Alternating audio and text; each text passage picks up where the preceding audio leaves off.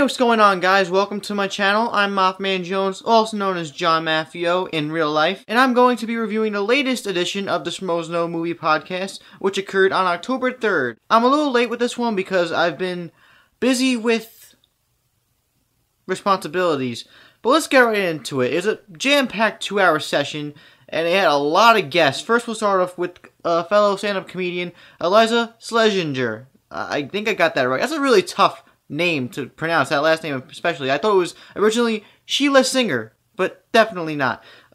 She's really funny, very funny, and having seen a lot of stand-up comedians, she does stand to the top. I really think she's a great comedian. The most interesting thing in my opinion, though, was the question that got brought up, and I guess a lot of fans questioned whether her and Mark went out at one time. At some point, I did have the question pop in my mind if they hooked up or not, and I'm glad that was cleared. And then after that, they had Clara Kramer come on, and she was part of the Whedon universe with Buffy the Vampire Slayer. I never watched Buffy the Vampire Slayer, but I hear great things about it. I love Sarah Michelle Gellar. I used to love her when I was a younger kid. And, she was really fun as a guest. She was really funny, and she's gonna be in this movie that's coming out in a couple weeks called Big Ass Spider. And it's supposed to be a New York Comic Con, which, if I can get the chance to watch it, I'll see it. She definitely fit the bill for somebody that Joss Whedon would pick for a show or a project of his, because he really picks awesome people for his television and movie projects. And now I really gotta get on Buffy. They also had Rudy himself call in, Sean Astin, and he's always great. He's very intellectual, and he really, the way he speaks is just very, very intelligent. It's just very fluent, and if you miss a couple beats, then you might miss the entire conversation with him. That's the picture I get.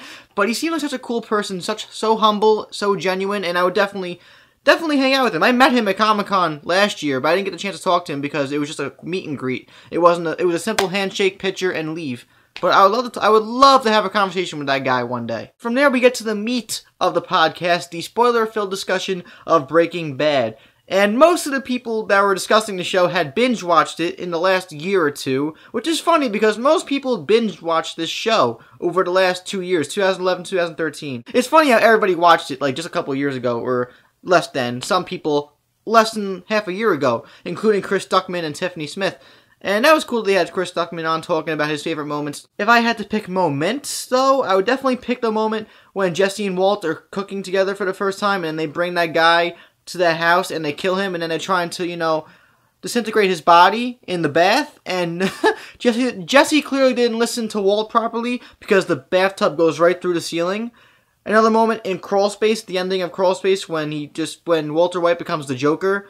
The whole last moments of the last episode of Breaking Bad, Felina, were just brilliant. I mean, and they weren't brilliant, but they set the ending quite well. But I have to bring up one more thing before I leave everybody with this video, and that's Johnny Ice's opinion on the ending of Breaking Bad, aka the fate of Walter White.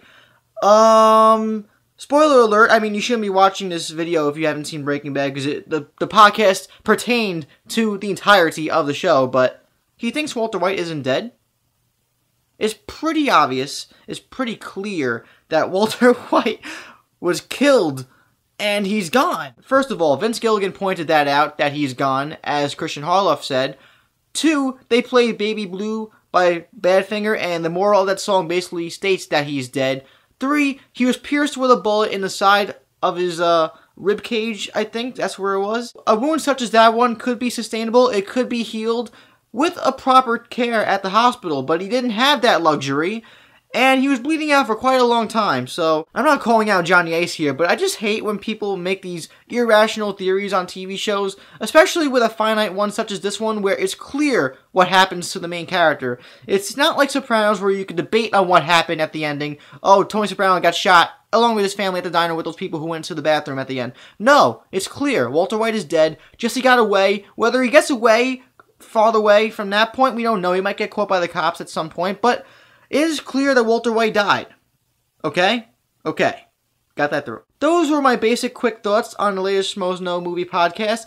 If you don't associate with the Schmoes, please subscribe to them and subscribe to their podcast. I'll link everything down below. Also, subscribe to my channel if you enjoyed my discussion of their podcasts.